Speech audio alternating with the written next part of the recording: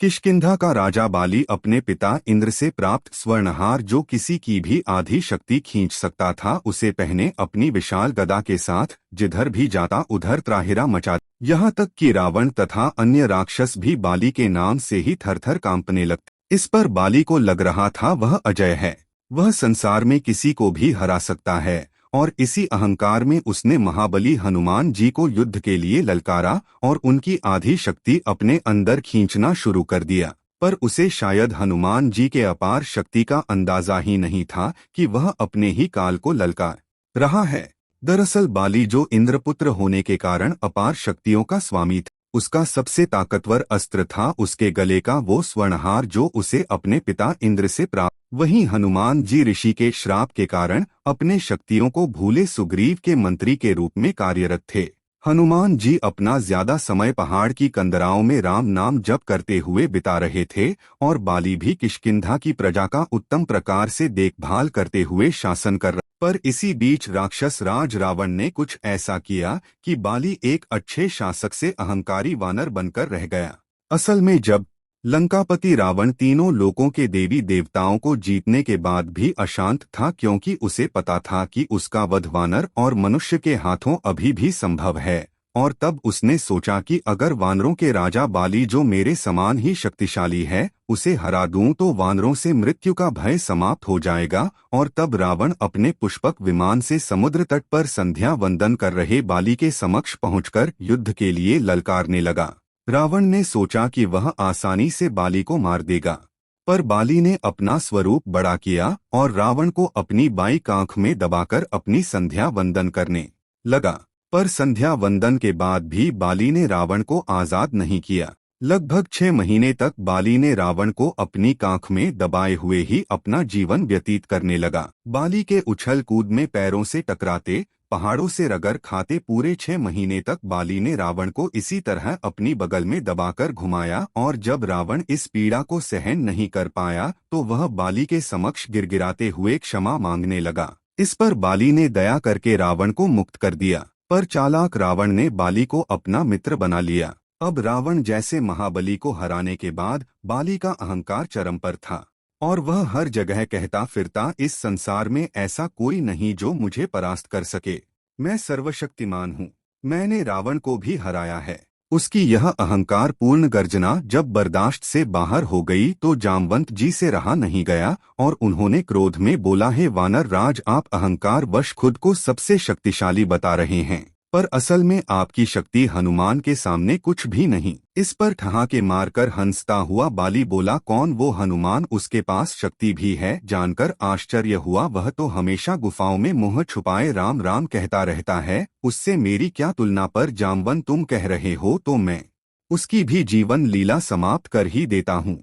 फिर क्रोध और अहंकार से गरजता हुआ बाली हनुमान जी को ढूंढते हुए उस वन में पहुंचा जहाँ हनुमान जी तपस्या कर रहे थे। वह अपनी विशाल गदा से पर्वतों पर प्रहार करता हुआ वृक्षों को तिनके की भांति उखाड़कर फेंकता हुआ और सिंह की भांति गर्जना करते हुए हनुमान जी को ललकार कर कह रहा था, कहाँ है वह हनुमान, कहाँ छुपा है वह तपस्वी? आज मैं उसकी जीवन लीला समाप्त करके ही किष्किंधा लौटूंगा। इधर शांत वन में जहाँ केवल पक्षियों का कलरव और झरनों का संगीत था, पवन पुत्र हनुमान एक शिला पर बैठे राम कहते हुए ध्यान में लीन थे। तभी बाली का अहंकार भरा कोलाहल उस शांत वातावरण में विष घोलने लगा। वह गरज गरज कर कहता है, कोई जो मुझसे युद्ध कर सके, कोई है जो बाली को परास्त कर सके।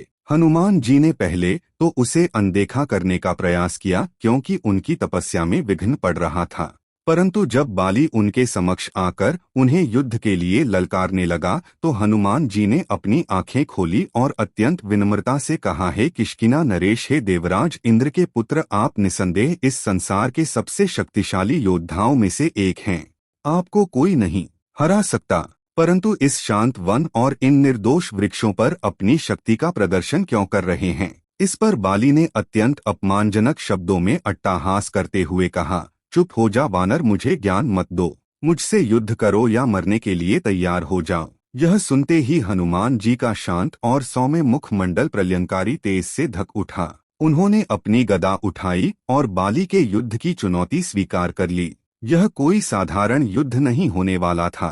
यह था दो महाशक्तियों का टकराव, एक ओर दिव्य वरदान से युक्त बाली तो दूसरी ओर स्वयं रुद्र के अवतार पवन पुत्र हनुमान। जैसे ही युद्ध का दिन निश्चित हुआ, तीनों लोकों में हाहाकार मच गया। और जैसे ही हनुमान जी युद्ध के लिए निकलने को हुए तो स्वयं परमपिता ब्रह्मा उनके समक्ष प्रकट हो गए। उन्होंने हनुमान जी को समझाने का प्रयास किया कि वे बाली से युद्ध न करें, पर हनुमान जी ने कहा, मैंने बाली के युद्ध की ललकार को स्वीकार किया है और अब युद्ध न करना कायरता होगी। तब ब्रह्मा जी ने एक अद्भुत सुझाव दिया। उन्होंने कहा, ठीक है हनुमान, तुम युद्ध के लिए जाओ, परंतु अपनी केवल 10वें हिस्से की शक्ति का ही प्रयोग करना। अपनी बाकी की शक्ति अपने आराध्य के चरणों में समर्पित कर दो।